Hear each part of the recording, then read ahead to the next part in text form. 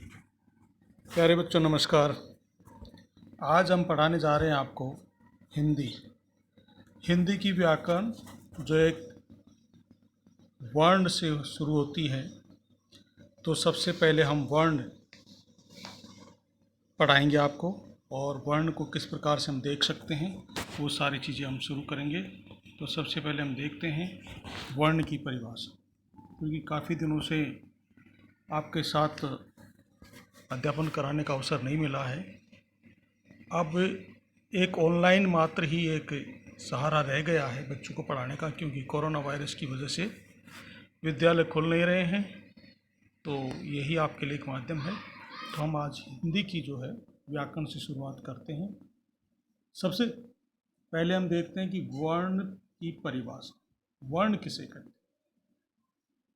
वह छोटी से छोटी इकाई या ध्वनि, वह छोटी से छोटी इकाई या ध्वनि जिसके और अधिक टुकड़े नहीं किए जा सकते, वर्ण कहलाती है। क्या कहलाती है प्यारे बच्चों? वर्ण कहलाती है। यानी कि वह छोटी से छोटी इकाई जिसके और अधिक टुकड़े नहीं किए जा सकते, वर्ण कहलाती है। या जो परिभाषा आपको सामने दिख रही है उसके हिसाब से अगर बोलें तो वह छोटी से छोटी ध्वनि जिसके टुकड़े नहीं किए जा सकते, वर्ण कहलाती है। अब वर्ण जैसे कि ए, ई, उ, क, ख, छ, छ आदि, इस तरह से आप देख सकते हैं कि वर्ण किसे कहते हैं। अब देखिए वर्णों के भेद। वर्ण दो प्रकार के होते हैं। वर्ण कितने प्रकार के होते हैं? दो प्रकार के होते हैं। एक होते हैं स्वर और एक होते हैं व्यंजन। तो आज हम केवल स्वरों के बारे में जानेंगे, स्वरों के प्रकार के बारे में जानेंगे, स्वर की परिभाषा जानेंगे। देखिए सबसे पहले अपन जानते हैं स्वरों को अंग्रेजी में कहते हैं वोवल्स और हिंदी में कहते हैं स्वर।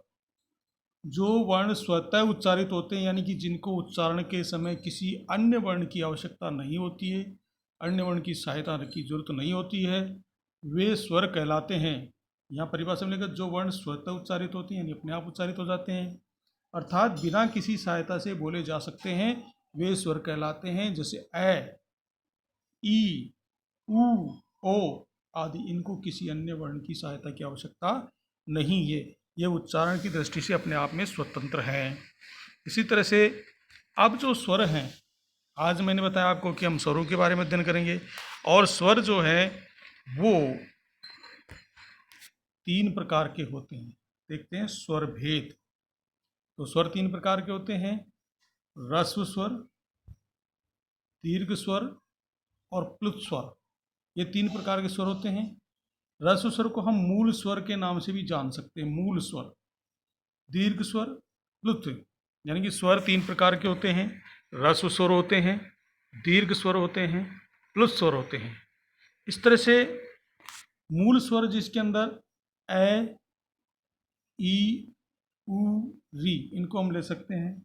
दीर्घ स्वर के अंदर आ, ई, उ, ए, आई, ओ, औ, ये हम दीर्घ स्वर में ले सकते हैं। और प्लुत स्वर जिसके अंदर ए, उ ले सकते हैं।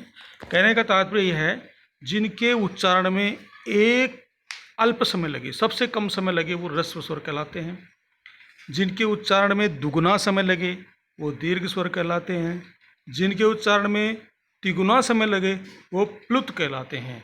इस प्रकार से तीन प्रकार के स्वर होते हैं। तो सबसे पहले हम देखते हैं ह्रस्व वर्ण की परिभाषा। ह्रस्व स्वर किसे कहते हैं?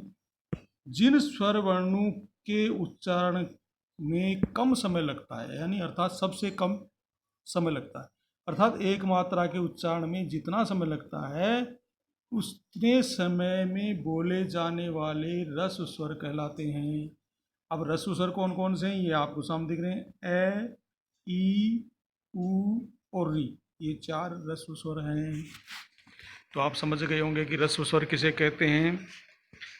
जो मूल स्वर होते हैं, जिन स्वरों के वर्णों में सबसे कम समय लगता है उच्चारण के अंदर, अर्थात वे एक मात्रा के उच्चारण में जितना समय लगता है उतना समय जिनमें लगता है, वे ह्रस्व स्वर कहलाते हैं।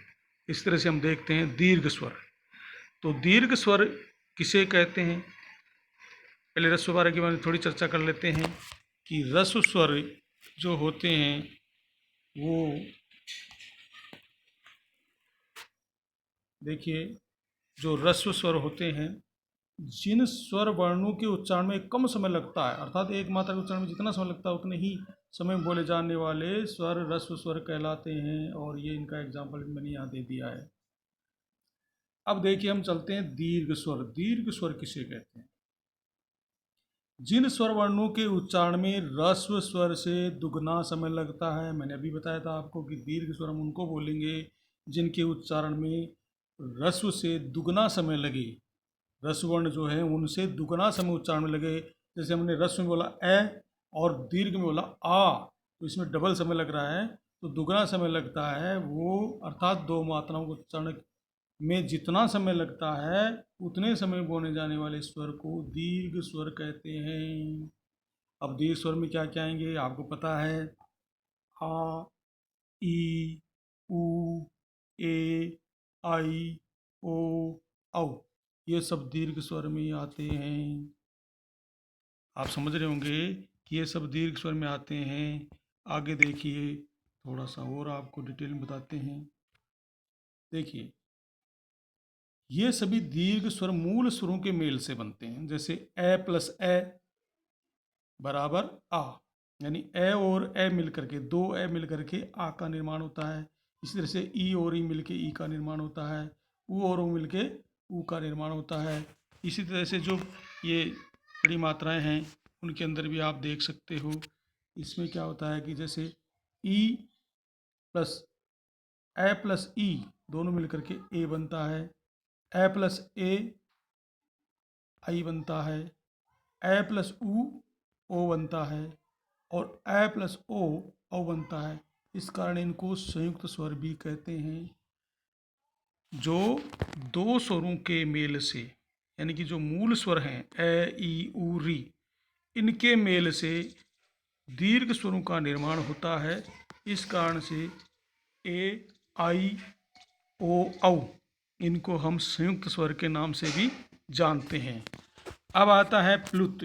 प्लुत जो है जिसमें बोलने में, उच्चारण करने में, जिन वर्णों का उच्चारण करने में तिगुना समय लगे। कितना समय लगे?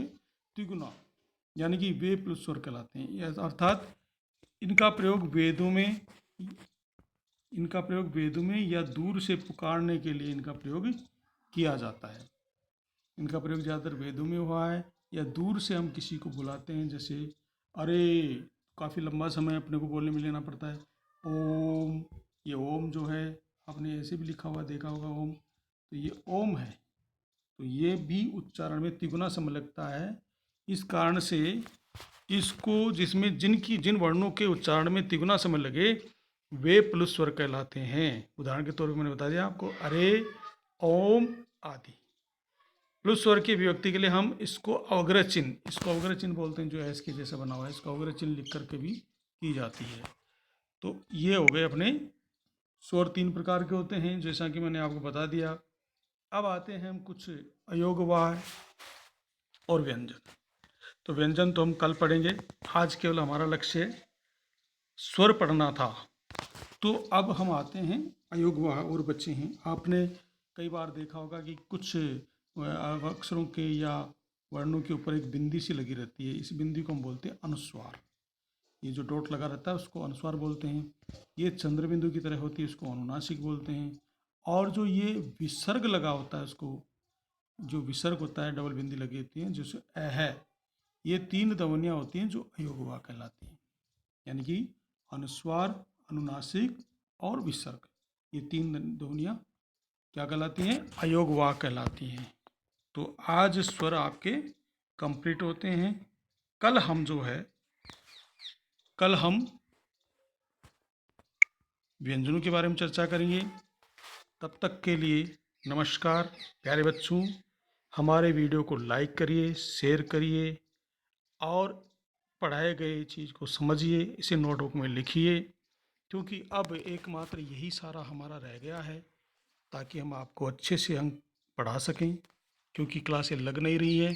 कोरोना महामारी जो है बहुत पूरे विश्वव्यापी महामारी है, जो बड़े तेज़ी से फैल रही है।